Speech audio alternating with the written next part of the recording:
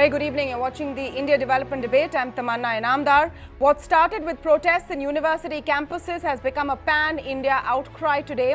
Across cities, protesters have come out against the controversial Citizenship Amendment Act, even as governments and the police forces under them responded differently in different parts of the country.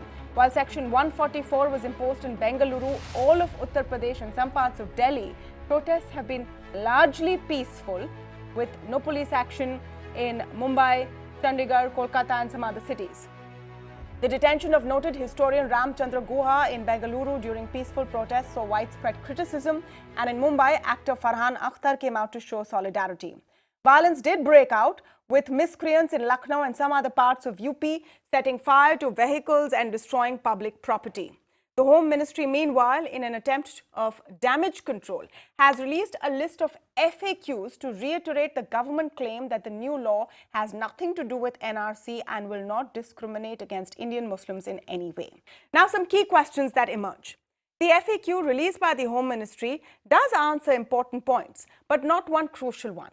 Is there any guarantee that CAA will not be used to rescue non-Muslims left out of NRC, thus isolating only one community? Why has Section 144 been imposed in several areas where only peaceful protests have taken place? And why have internet bans been used to block protesters? Most importantly, what can the government do now to defuse the situation? To speak on some of these issues, I'm joined now by Rakesh Sinha, Member of Parliament in the Rajya Sabha for BJP, Rupa Subramaniam, economist, and Vikram Singh, former IPS officer. Welcome to all of you and thank you for speaking with us today on the show. Mr. Sinha, let me come to you first. Do you think that there was a miscalculation on the impact the CAA would have had? Was the government unprepared for the kind of outcry we're seeing today?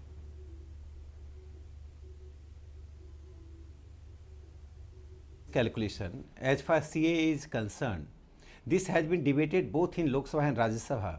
Opposition parties got enough time to debate, to raise the questions, and the Home Minister responded each and every point raised by opposition parties. In democracy, Parliament is a reflection of the people's mandate.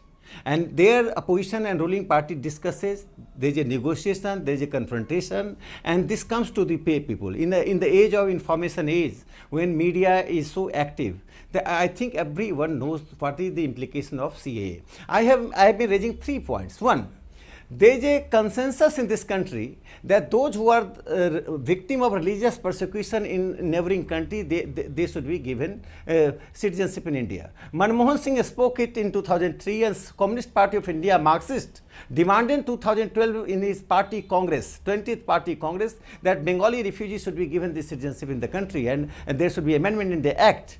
Now these parties there's a volte-face in the party, they are changing their stand, I don't know. But as far as the CA is concerned, I am giving one example. In Bangladesh, Statistical Bureau has given the report that almost 8.5% population, it has been reduced from the 22% population in Bangladesh. And Abul Barkat, professor who is at Dhaka University, after 30 years research, he wrote a book, and that book is the most acceptable in Bangladesh. He says 632 Hindus are missing every day in Bangladesh. Right from 1964, before its formation, when it was East Pakistan. Yeah. And 11.3 million Hindus are missing. Almost temples are destroyed, gurdwaras are destroyed. Last one point, in Afghanistan, there were 220,000 Hindus and Sikhs till 1990. There was peaceful atmosphere.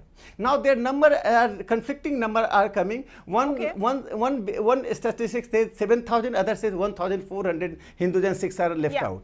Then in that situation, if they are given citizenship, how does it affect the Indian Muslims? Okay, may I ask you a couple of counters? What you're saying is absolutely correct that this debate has taken place in Parliament. But the fact is that the protest today, and there are a lot of opposition parties who are trying to piggyback on it. But Mr. Sinha, you will agree that the protests are not driven by opposition parties. There are a lot of concerned citizens coming out who are not buying some of these arguments. And let me just place that counter before you before I open the debate up. One is that perhaps other parties in the past have also moved to give citizenship to persecuted groups from our neighborhood. But never before has there been a such a clear expression of which communities will get citizenship and one particularly being left out. Point number one. In the past, whenever there has been a demand for giving citizenship to others, it has not been in the context of NRC. It is the context of NRC which is spooking people. A nationwide NRC has never been on the table before now. Don't you think a clarification, a simple clarification that those left out of NRC will not be given the safety net of the CAA no matter what their religion? That one line may have quelled some of what we are saying today, Mr. Sinha? No, there are two kinds of class. There is a classification among those who came from Bangladesh, Pakistan, Afghanistan. Those who came due to the religious persecution and those who are infiltrators. There is a difference between the two. And that is a very clearly established difference. There is we are not going to give citizenship to each and every person who is coming from any country. No nation state gives us citizenship. The citizenship and the nation states are intertwined. That is a dynamic aspect. It keeps changing according to the demands and circumstances. Yeah. And I am assuring you that after this CAA, not a single Indian Muslim would be discriminated. How does it matter to the Indian Muslims? No, the fear is, like I said, the fear is if an Indian Muslim is left out of NRC, sir, the fear is, okay, let Rupa come in. Rupa, if you can just express what everyone's talking about. The fear is that if an Indian Muslim is left out of NRC, they don't get in via CAA, but an Indian non-Muslim does. Yeah, absolutely, Tamanna. Thanks for having me. So it's rather disingenuous to singly focus on CAA because the CAA on its own is fairly innocuous. Obviously, no one can object to the fact that minorities escaping persecution from some of these countries deserve to be taken in. But the fact is that, I mean, the CAA is problematic on one count, that it actually distorts the secular nature of the Indian Constitution, that for the first time in this country's history, citizenship is being decided on religion, on the basis of religion. But it's disingenuous to just focus on the CAA, as problematic as it is, because in combination with the National Register of Citizens, which the Home Minister has promised will follow shortly after the CAA, is the combination is what has sparked these protests, because the CAA will protect the minority groups that have been mentioned, but the NRC when it's applied will obviously put the onus on Muslims to prove their citizenship, and it really puts them at risk of being left out in the process. So I don't understand. At this point, I find it a bit disingenuous for proponents of the CAA to singly focus on that and not look at the fact that the protesters are actually looking at this in combination with the NRC. Yeah. You know, I just want to point out what the FAQ released by the Home Ministry says today to this very specific question, and that will maybe highlight some of the lack of clarity in communication, if that indeed is the case. And there are 2 points which have confused people or have made people uneasy. One is, so the question is, CAA will be followed by NRC and all migrants except Muslims will be given citizenship and Muslims will be sent to detention camp. The answer is the CAA has nothing to do with NRC. The legal provisions regarding NRC have been part of the Citizenship Act 1955 since December 2004. But it does not say explicitly that anyone left out of NRC, none of those people will be given, you know, a helping hand with CAA. That, you think that clarification, let me come to Vikram Singh, you think that clarification would help? Secondly, to add to it, the fact that Himanta Biswa Sarma, a very prominent, you know, minister in Assam, has said time and again that those left out of the NRC in the state of Assam, you know, the non-Muslims from there will be rescued by CAA or CAB at that time. Absolutely. Tamanna ji, may I submit please? There were simple statutes like the Arms Act and the Motor Vehicles Act and the amendment. There was in fact a media blitz to teach and educate the people and community outreach programs. Something as contentious as this The CAA and the NRC would have required greater FAQs and the greater interaction and interface with the government. I would be very delighted and satisfied if there was some kind of educate the people program and FAQs addressed. There would have been a website to answer the queries, and then probably we could have gone with the statute. The people have to be taken into absolute confidence. The debates, as Mr. Sinha said, in the parliament, lesser mortals like me perhaps may not be so fortunate as to listen to the debates in the Rajya Sabha and the Lok Sabha. I may not even be privy, but to expect that all the people would be familiar, but we should have been aware that what time bomb was ticking and what long-term potential this debate and this act could have possibly had.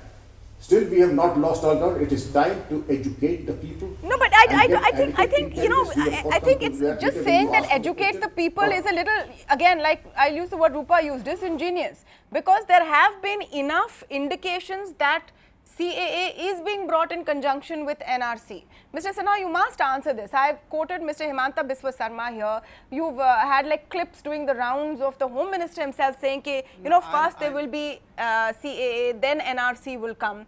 So people are putting two and two together, and no one is denying it. No one right now is saying that no, that's not the case. I am making it very categorically clear that religion is not the basis for citizenship in India. It has never been. It is not. It will never be. As one of the panelists said, that religion is being made the basis, not religion. Religious persecution is being made the basis of citizenship. In past, we have given many Muslims citizenship in India, those who wanted shelter.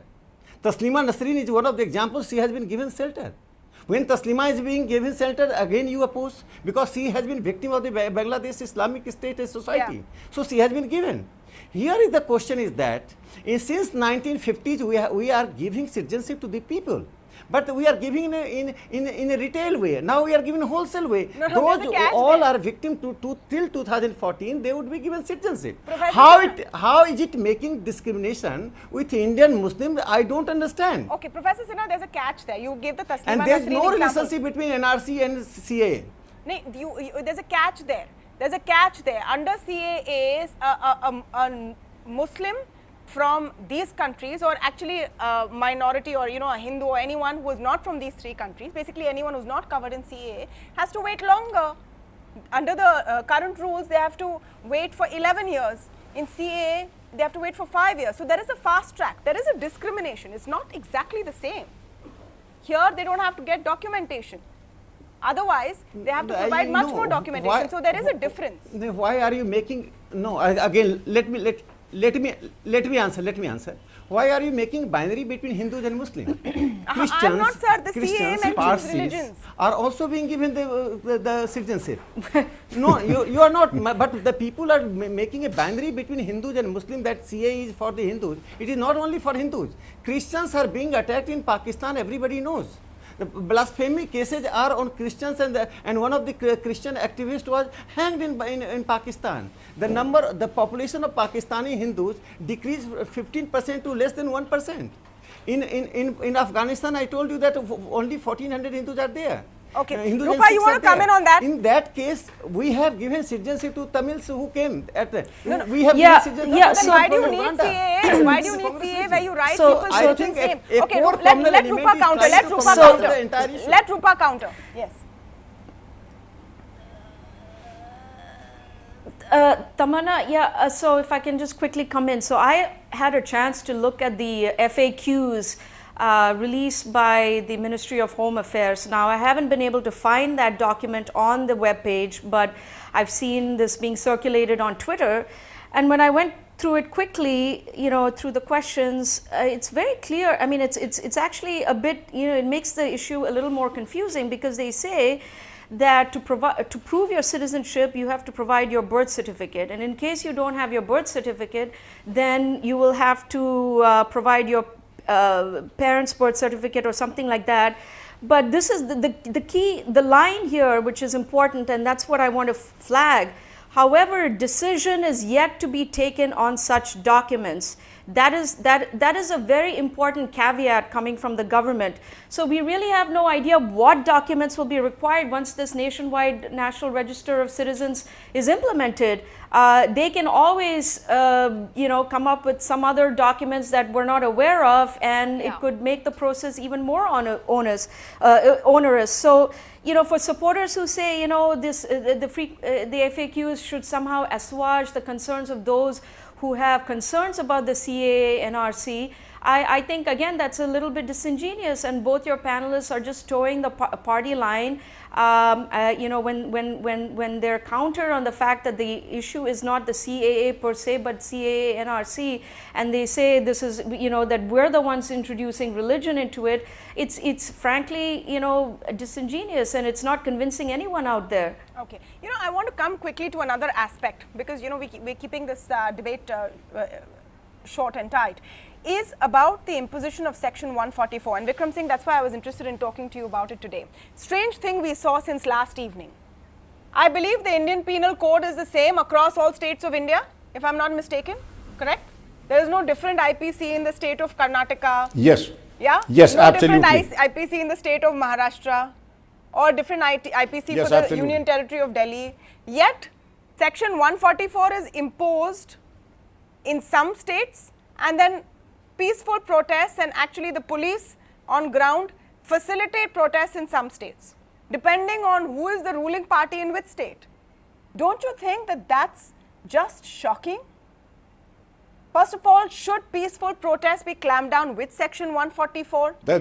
And should you apply Section 144 based on which party is ruling in which state?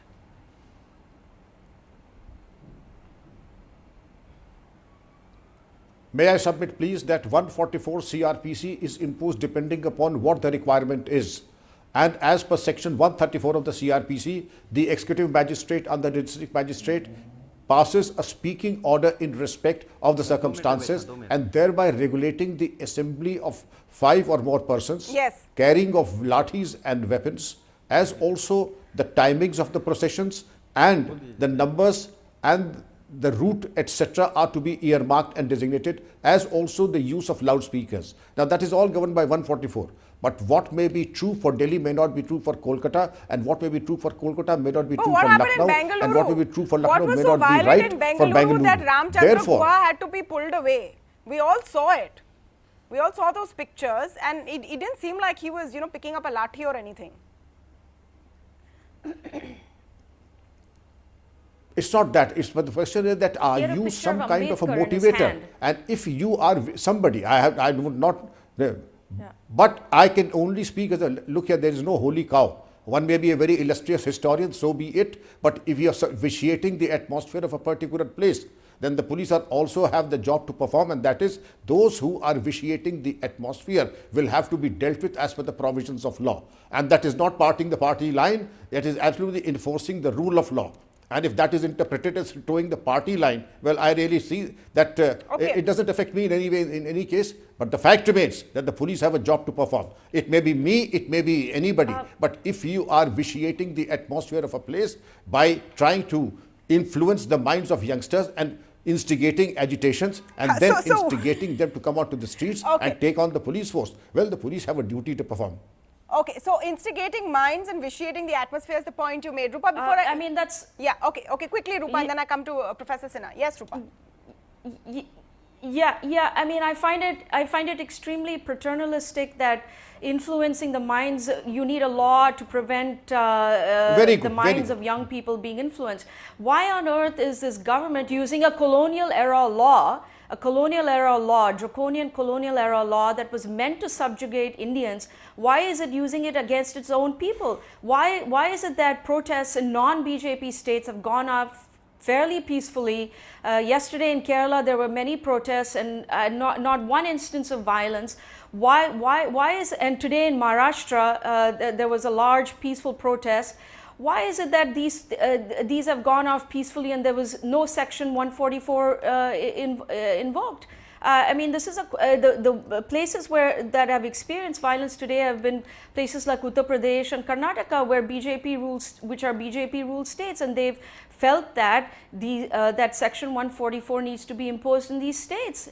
and the question is why? Rakesh Sinha, why don't you come in on this? Why don't you come in on this point? You know, so I saw the visuals from Lucknow, from Uttar Pradesh, from parts of Uttar Pradesh. I have Violence to go. has I no have to place go in to. protest. Go to the other. No, I'm answering. I'm answering.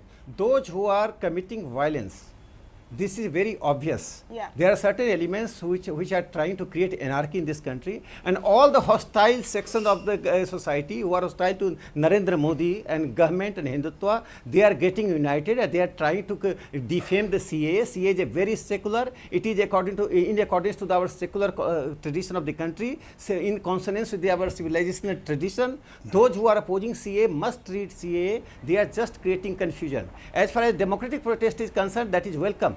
As far as it is peaceful, it is according to the norms of the constitution, it should be welcomed. And as far as the police action is concerned, it depends on the situation and requirement. Law and order is a state subject. That's what I'm asking, Professor Sinha. I know you have to go, but let me quickly ask you that question again. Why is it that the police is acting differently in different states depending on whether it's BJP ruled or non-BJP ruled? Isn't the IPC the same everywhere? What was so violent in Bengaluru? Vikram Singh ji has rightly answered here.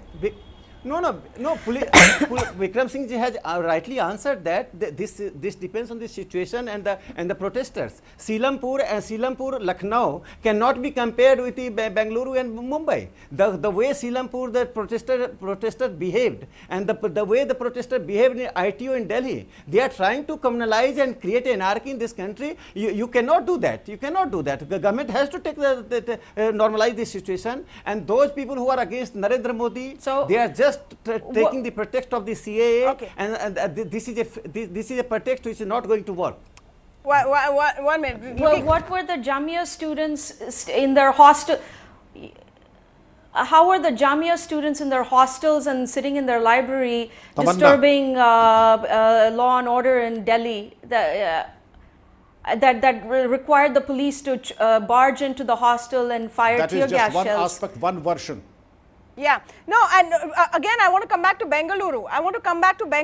Prohibitory orders of 144 were placed before. It's the police version. That's exactly what the police say. Okay, Vikram Singh, you want to come in on that? And you know, Rakesh Sinha has had to go on to another interview. But the fact is that today, if those representing the political party in power, the BJP, think that everyone on the streets are there just because they don't like them, then there's a whole lot of people on the streets who don't seem to like them. That's not a very good sign. Vikram Singh? Ms. Tamanna, there are several shades of the truth. I would say that there is no dearth of armchair intellectuals in the country who probably take a railway station view of a thing like, why did the police enter the library? Why did the police enter the girls' hostel? Please make no mistake about it, that the agitators were carrying brick bats in gunny bags. They were carrying Molotov cocktails. They were carrying illegal arms and ammunition, and they took pot shots. Burning 6 buses is by no means a peaceful agitation.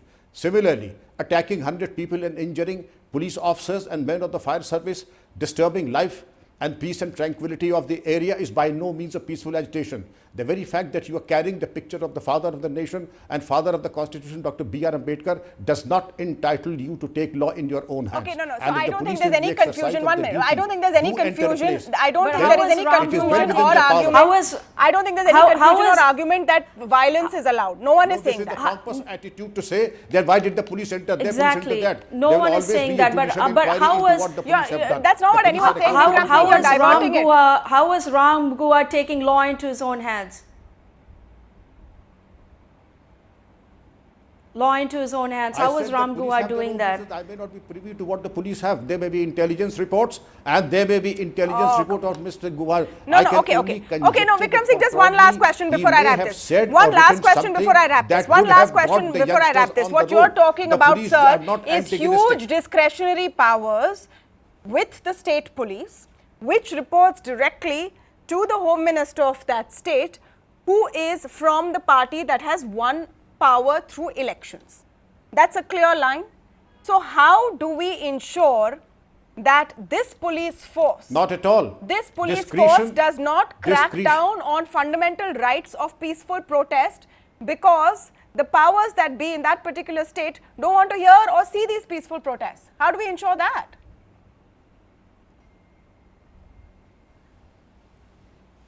The police authority and the police exercise of their duties is within the mandate and ambit of law. They are accountable to the rule, and whatever they do is subject to judicial scrutiny.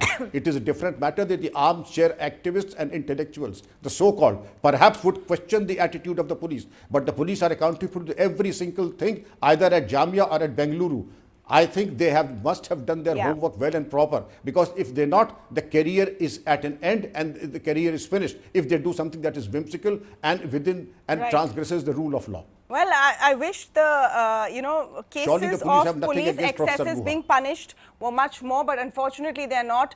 To today believe that everyone out on the streets across the country is an armchair activist would really not augur well for those making those allegations. If there is widespread anger, the first point is to recognize what's going on, and I hope that happens soon. And there are some quick steps to diffuse this pretty scary situation across the country. On that note, I want to thank everyone for joining us on debate number 1. We're taking a very quick break on the India development debate, but a lot more coming in. We're telling you what's Operation Twist and why the RBI is doing something akin to Operation Twist and why it's important for you to know about it. Industrialists have met the finance minister today, but what can she really do in the budget to improve animal spirits? And we're telling you all about the big IPL auctions. Is there an impact of the slowdown there or not? That chat with Atul Vasan coming up next.